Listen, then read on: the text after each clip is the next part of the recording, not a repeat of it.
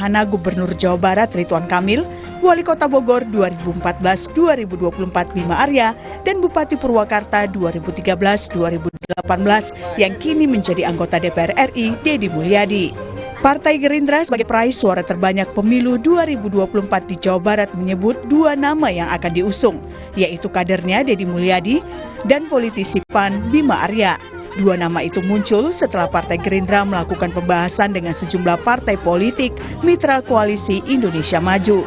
Sambil menunggu pendaftaran Cagup-Cawagup pada Agustus 2024 mendatang, Partai Gerindra juga terus memantau elektabilitas dua nama ini dengan melakukan survei internal. Ya, pembicaraan dengan teman-teman koalisi untuk di Jawa Barat memang lebih mengarah kepada Deddy Mulyadi dan Cawagupnya Pak Bima Arya ya. Nah, kita juga sedang melakukan survei-survei sambil menunggu pendaftaran bulan Agustus. Tentunya survei-survei ini akan terus dilakukan dan penguatan-penguatan di bawah akan terus dilakukan demikian. Sementara itu, Partai Keadilan Sejahtera PKS sebagai peraih suara terbanyak kedua di Jawa Barat memastikan akan mengusung kader internal sebagai calon gubernur. Nama Ketua DPW PKS Jawa Barat, Haru Swandaru, disebut-sebut yang bakal diusung oleh partai ini. Namun penetapan Haru sebagai calon gubernur Jawa Barat masih menunggu keputusan PKS Pusat. Sementara untuk wakilnya, PKS juga tengah melobi partai politik lain.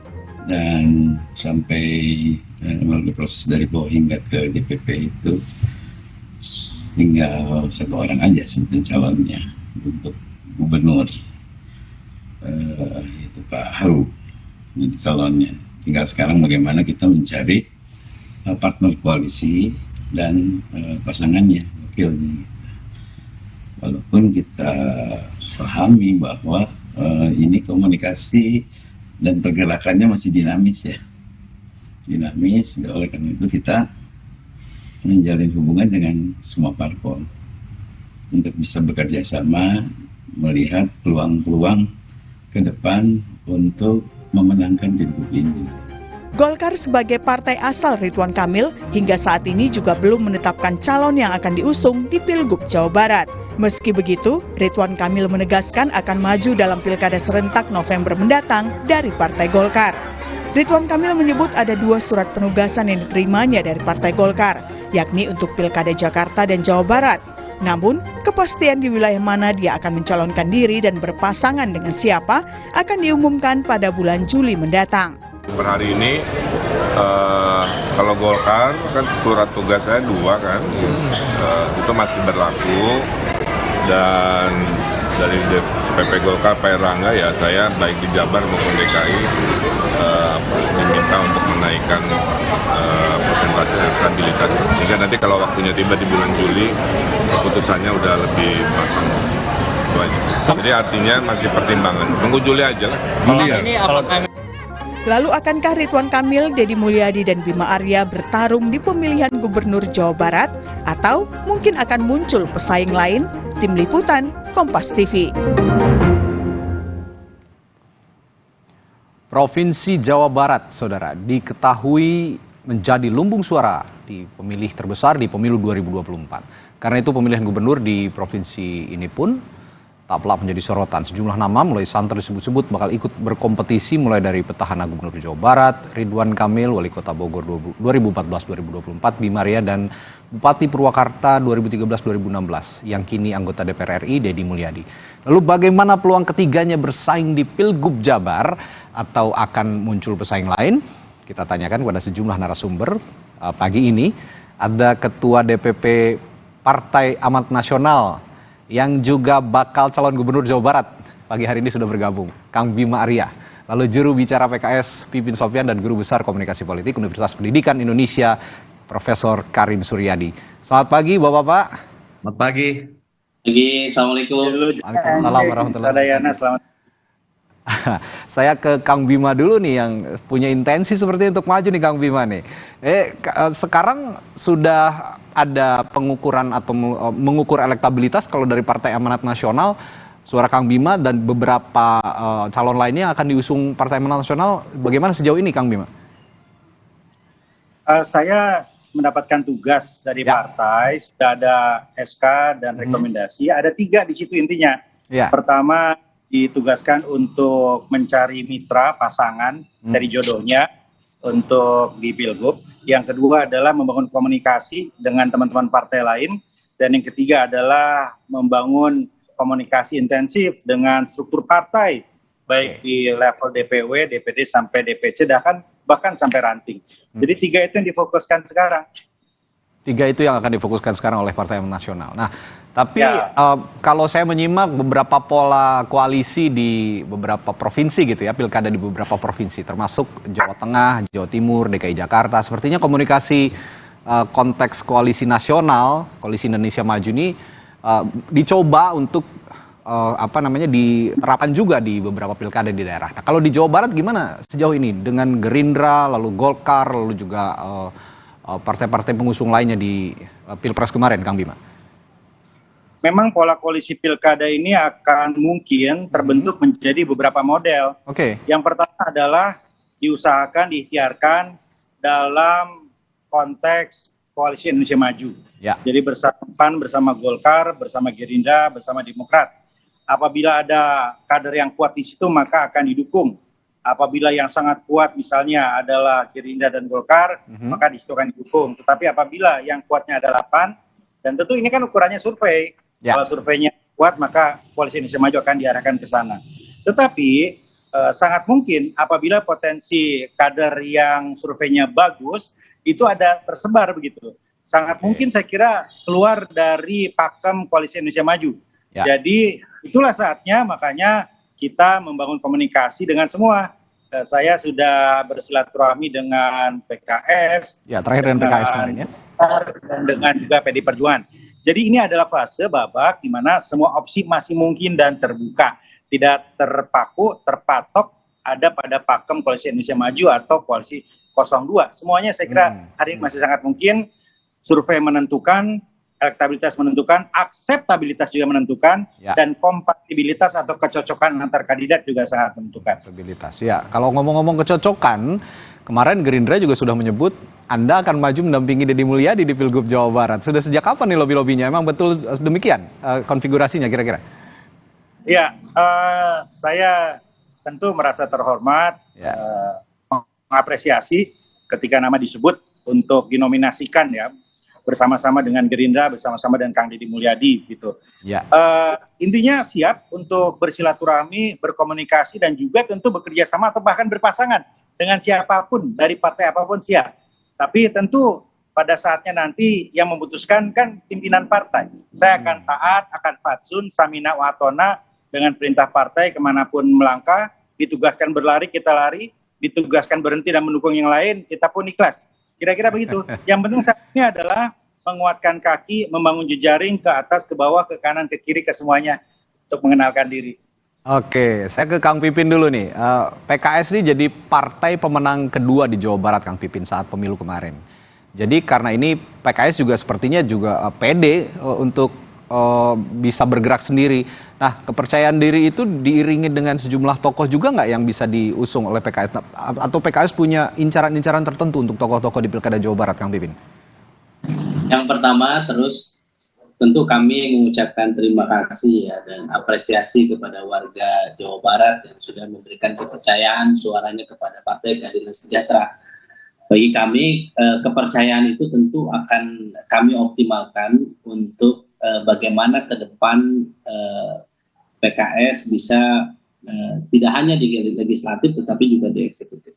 Nah, ini tentu bagi kami syarat ke depan yang harus memimpin salah satu provinsi terbesar adalah orang-orang yang punya kapasitas, orang-orang yang punya integritas ya, dan selalu kami katakan capacity to win dan capacity to govern, kemampuan untuk menang dan kemampuan untuk memerintah ini sangat penting. Dan ya saya kira banyak misalnya para tokoh di PKS, Kang Haru misalnya sekarang ketua DPW Jawa Barat, salah satu yang kami ajukan, dan saat ini kami juga berkomunikasi termasuk dengan Kang Bima Arya. Kami tentu akan mencari sosok-sosok yang sebagaimana dulu kami punya Kang Aher, 2 periode memimpin Jawa Barat, sukses ya, dan tentu kami juga selalu mencari itu. Dan bagi kami, karena Jawa Barat ini juga selain lumbung suara PKS juga adalah sebagai basis suara dan basis politik dan kader PKS termasuk yang terbanyak dibandingkan daerah yang lain. Tentu ini kesempatan bagi kami ya. Tokoh-tokoh yang kami munculkan memang ada Kang Haru Suandaru, ada mantan wali kota Depok 2 periode, itu juga ada aspirasi yang masuk, tetapi lebih menguat kepada Kang Haru. Nah, tetapi kami juga akan melihat bagaimana konstelasi politik ke depan. Apakah misalnya Kang Emil tetap di Jawa Barat atau misalnya pindah ke Jakarta, itu juga akan menjadi pertimbangan bagi PKS menentukan ke depan seperti apa, dengan siapa kami berkoalisi. Tapi syarat bagi kami ketika koalisi dan menentukan siapa calon gubernur atau wakil gubernur adalah tadi kemampuan untuk menang, kemampuan untuk memerintah ini sangat penting. Nah, makanya rekam jejak, rekam prestasi dan rekam gagasan itu kami akan lihat. Bagi kami memang mantan kepala daerah yang punya prestasi tentu akan kami lihat ke depan, dan karena kami tidak mau mengecewakan warga Jawa Barat ya, dan kami ingin melanjutkan prestasi yang sudah dilakukan oleh Kang Aher 10 tahun ke belakang, yang kami lihat seharusnya memang itu terjadi di Jawa Barat. Sekali lagi kami welcome, siap bekerja sama dengan siapapun. Bagi PKS saat ini adalah momentum pilkada, adalah momentum relaksasi politik. Kami akan berusaha untuk berkoalisi dengan siapapun yang tadi punya peluang menang dan bisa memerintah, memberikan kepuasan bagi masyarakat Jawa Barat. Ya, dan saya lihat PKS sudah terbukti memang merelaksasi politiknya. Kalau kata Anda tadi relaksasi politik, karena di Pilkada Jakarta saja komunikasinya juga dengan lintas partai politik ya, bahkan dengan PDI Perjuangan yang menurut publik entitasnya ini dua entitas yang berbeda gitu kira-kira. Saya akan ke Profesor Karim Suryadi. Prof Karim, ada petahana Kang Emil, ada Deddy Mulyadi, ada Kang Bima Arya sendiri yang pagi hari ini bersama kita. Tapi kriteria pemilih Jawa Barat ini sebenarnya bagaimana? Kalau saya lihat harus ada pesohor sepertinya kalau dari pilkada ke pilkada di pilkada Jawa Barat ini. Tapi saya akan tanyakan kepopuleran, kinerja atau ada faktor lain, Prof Karim? Ya, pilkada Jawa Barat ini sangat unik ya, apalagi sekarang gitu ya. Sangat unik kalau dibanding Jawa Timur kan suaranya sudah berkumpul mengerucut ke satu tokoh jauh-jauh hari, Jawa Barat belum. Nah, kemudian kalau dilihat dari peta pilpres gitu ya, meskipun Gerindra tetap juara gitu ya, tetapi perolehan suaranya mirip dengan nasional. Kemudian yang kedua, saya bilang unik. Kenapa? Karena ini kan pilkada yang dihelat setelah pilpres. Biasanya kita membaca pilkada itu sebagai barometer untuk meneropong pilpres, nah sekarang sebaliknya. Jadi saya setuju kalau pola yang terbangun dalam pilpres itu akan memberikan jalan bagi komunikasi politik yang lebih mudah di tingkat pilkada. Tetapi masalahnya kita tahu bahwa pola pemilih yang ditetapkan oleh masyarakat itu tidak selalu menempatkan telur dalam satu keranjang gitu ya. Artinya pilihan dalam pilgub bisa beda dengan pilihan dalam pilpres, itu yang kedua. Tapi terlebih dari itu semua, saya senang untuk 2024 ini karena ada dua nama baru yang muncul. Ada Kang Bima Arya yang saya lihat tidak sulit ya membaca siapa Bima Arya, tinggal kita teropong bagaimana Kota Bogor begitu ya, mempercantik diri, membangunnya, jadi jelas, maknanya jelas. Jadi tanpa berkoar-koar pun Bima Arya sudah menjelaskan siapa dirinya, bagaimana kepemimpinan Kota Bogor. Ada Kang Haru gitu ya. New Thing, New Hope akan terbangun di sini. Nah, lantas terkait dengan pertanyaan apakah Jawa Barat selalu ada pesohor? Ya kebetulan ada, tapi jangan lupa dalam beberapa pilgub bukan hanya pesohor yang rontok, tapi juga ada petinggi birokrasi yang tumbang juga. Maaf ya, kalau saya harus menyebut nama, misalnya pasangan terkuat itu pernah misalnya antara Pak Dani Setiawan sebagai mantan Sekda dengan Kang Iwan Sulanjana mantan Pangdam. Itu pasangan yang menurut saya dua-duanya memimpin top organisasi di dua forum yang berbeda, tetapi kan tumbang. Kemudian tidak selalu juga pesohor semacam artis itu berhasil juga. Jadi menurut saya tanpa mengesampingkan faktor-faktor yang disebut tadi, saya kok cenderung kekuatannya terletak bagaimana menggabungkan, mensinergikan kedua kekuatan ini. Nah, saya melihat antara Kang Bima dengan Emil itu bukan kekuatan yang yang substitutif gitu ya. Oke. Saya melihat sesuatu yang sangat komplementer gitu ya. Oke. Tapi kalau saya melihat bagaimana wajah Bandung dengan wajah Bogor kok mirip gitu ya, tamannya ditata, kemudian pergerakannya, kedekatannya dengan anak muda, dengan teknologi, begitu ya. Kemudian pola komunikasinya yang humble. Jadi tokoh-tokoh itu senangnya itu tidak kontradiktif gitu ya, tidak antagonistik antara Kang Haru, Kang Bima, Emil, kemudian Deddy Mulyadi, meskipun kalau muncul akan di rematch gitu ya. Memang kalau dibaca secara gradual, basis dukungan Kang Deddy kan agak berbeda ya dengan Kang Bima, Emil dengan Haru, karena Deddy itu sangat kental dengan budaya buhunnya gitu ya. Lebih-lebih belakangan dia aktif berkomunikasi dengan masyarakat sehingga berbondong-bondong lah dari daerah itu datang ke rumahnya. Kemudian belakangan muncul di panggungnya Bima gitu ya. Jadi menurut saya ini semua memberikan warna bagi demokratisasi di Jawa Barat. Lagi yang tidak seperti Jawa Timur, warna politiknya didominasi oleh warna tertentu, merah, hijau, kemudian kuning. Jawa Barat itu campur aduk, bolau, abu-abu gitu ya. Meskipun ada kekuatan di sana, tapi partai kecil pun mendapatkan suara. Ini menandakan bahwa keterbukaan politik masyarakat Jawa Barat sangat terbuka terhadap calon-calon yang secara kalkulatif bisa diunggulkan. Benar bahwa pesohor pernah jago di sini, tapi jangan lupa banyak juga pesohor yang tumbang, banyak juga pejabat tokoh birokrasi yang gagal, bahkan pengusaha yang tidak mendapatkan sambutan. Jadi menurut saya terlalu menyederhanakan persoalan jika menggambarkan profil pemilih di Jawa Barat dan perilaku pemilihnya ke dalam satu atau dua kata hanya berdasarkan pada satu atau dua kasus yang pernah terjadi di sini. Oke, saya sekarang beranjak ke mesin politik, Prof. Karim.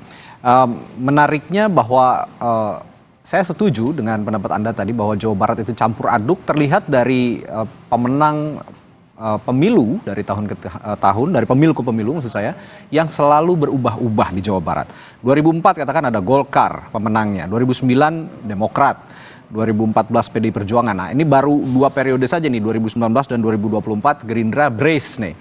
Apa ada perubahan atau perubahan pola dukungan politik terhadap partai politik, karena bagaimanapun mesin politik yang nantinya juga akan menentukan kemenangan para pasangan calon gubernur dan wakil gubernur, Prof. Karim. Oh iya, betul, Gerindra brace di Jawa Barat. Tetapi jangan lupa ya, dia kehilangan suara yang cukup besar dibandingkan dengan partai lain yang kenaikan suaranya signifikan juga gitu ya. Jadi artinya meskipun tetap unggul, tetapi tetap terjadi perubahan dukungan ya. Jadi ulang-alik dukungan dari partai ke partai tetap terjadi meskipun menempatkan Gerindra sebagai peraih suara terbanyak. Itu yang pertama. Nah, yang kedua, saya ingin menegaskan sekali lagi bahwa selalu terjadi perbedaan antara memilih calon gubernur dengan calon presiden dan antara memilih calon gubernur sebagai sosok, sebagai pribadi dengan partainya begitu ya. Nah, meskipun saya harus mengakui bahwa pasti akan ada efek yang terjadi, yang terbawa di pilkada sebagai akibat digelar setelah pilpres gitu ya. Saya yakin ini akan ada efek. Seberapa besar efeknya saya tidak tahu, tapi saya yakin akan ada efek. Dan inilah salah satu hikmah ya, mungkin salah satu hikmah, salah satu berkah pilpres digelar sebelum pilkada, sehingga nanti akan ada kesenapasan gitu ya, setidak-tidaknya iklim politik gitu ya, pendekatan yang mirip gitu ya, sehingga akan terjadi konsolidasi kekuasaan dalam level yang lebih besar. Nah, tentu saja konsolidasi kekuasaan itu kan tidak selalu simetris gitu ya. Bahwa sekarang ada koalisi besar di tingkat nasional, itu tidak selalu akan terjadi miniatur yang sempurna di tingkat daerah. Sebab bagaimanapun dinamika kekuasaan di daerah ini kan harus dikalkulasi. Apalagi untuk Jawa Barat yang sangat dinamis, yang sangat terbuka, di mana partai politiknya juga aktif gitu ya. Aktif saya bilang karena beberapa ketua DPW di Jawa Barat juga lolos dalam Pileg 2024 gitu ya. Jadi itu menurut saya. Jadi partai itu saya ibaratkan sebagai bensinnya, ya, sebagai bensinnya. Tetapi figurnya yang diusung itu seperti olinya. Bisa jadi kekuatan partainya besar, kalau salah memilih figurnya ya tidak akan mengeluarkan performance yang maksimal begitu ya. Jadi kebesaran partai itu kan pada akhirnya akan ditentukan bagaimana keseluruhan totalitas dari komponen-komponennya untuk bergerak maju dan memenangkan kandidat yang diusungnya gitu. Oke, salah-salah oli mesinnya berkarat gitu ya Prof kira-kira? Ya itu dia. Oke, saya ke Kang Bima lagi nih. Tadi saya tertarik dengan pernyataannya Prof Karim bahwa ada sedikit banyak ada pola yang sama Kang Bima. Anda dengan sosok Ridwan Kamil ketika maju di Pilkada Jawa Barat pada periode sebelumnya di 2018 ya. Nah, waktu itu juga Kang Ridwan Kamil sebagai wali kota Bandung dan Kang Bima terakhir menjabat sebagai wali kota Bogor. Anda punya pandangan seperti apa merespons pernyataan Prof Karim? Memang ada pola yang sama untuk langkah politik ke depan untuk Kang Bima atau bagaimana? Ada 3 hal yang menentukan terbentuknya pasangan dan koalisi. Yang pertama itu adalah tingkat keterpilihan. Kita bicara angka-angka survei, elektabilitas. Yang kedua adalah penerimaan, sejauh mana kita bisa diterima oleh partai-partai lain. Walaupun surveinya tinggi, tapi nggak diterima, ya nggak bisa masuk juga itu barang. Nah, yang ketiga adalah kecocokan.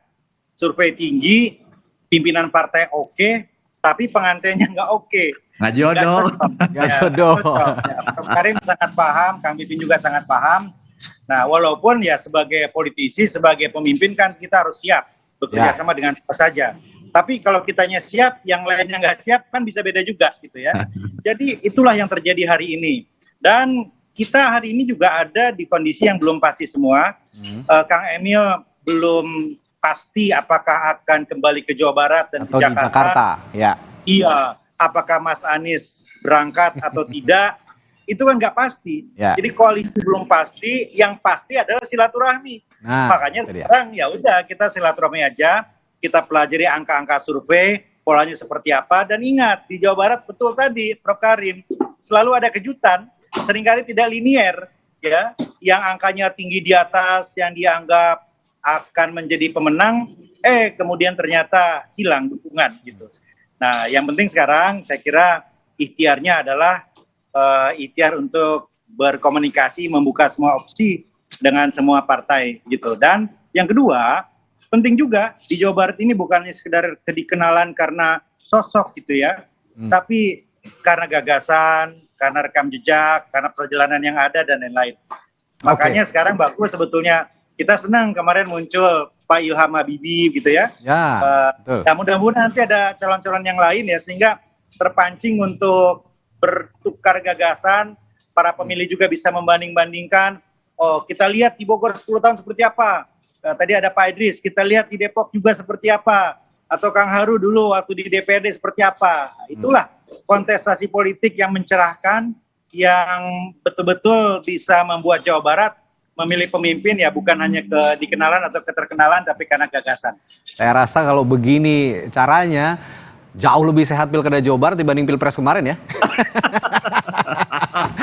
Saya melihat kompetisinya benar-benar bisa bisa dilihat track recordnya Kang Bima sebagai wali kota Bogor, kita bisa telisik begitu ya, 10 tahun ke belakang seperti apa, lalu Bandung seperti apa, lalu di Depok sendiri PKS seperti apa, ini sangat menarik.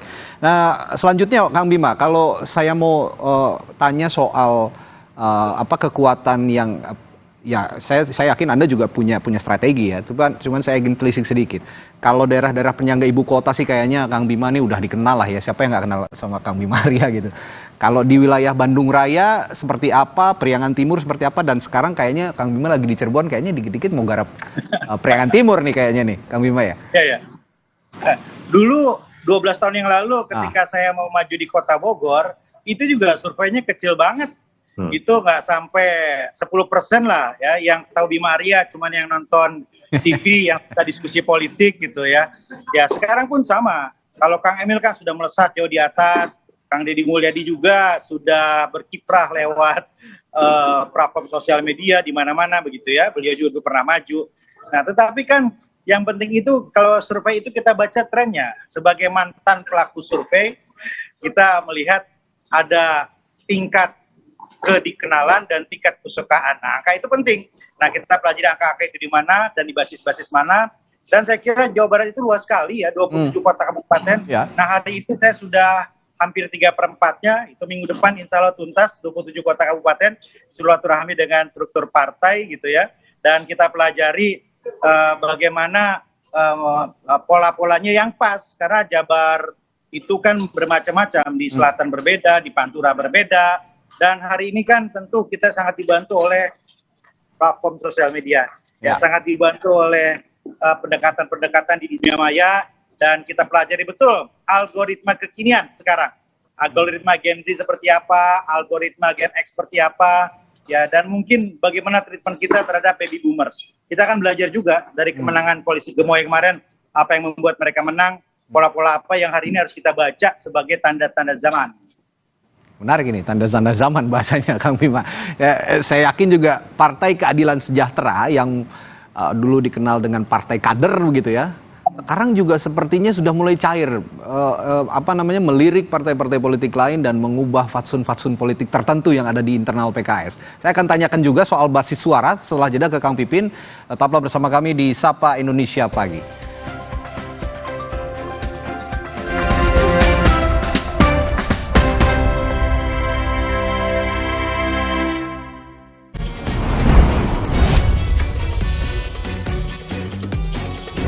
Ikuti kami menjelajahi kota yang menjadi kejayaan peradaban Islam di seluruh dunia. Bersama kita pelajari budaya dan menilik sejarah di baliknya.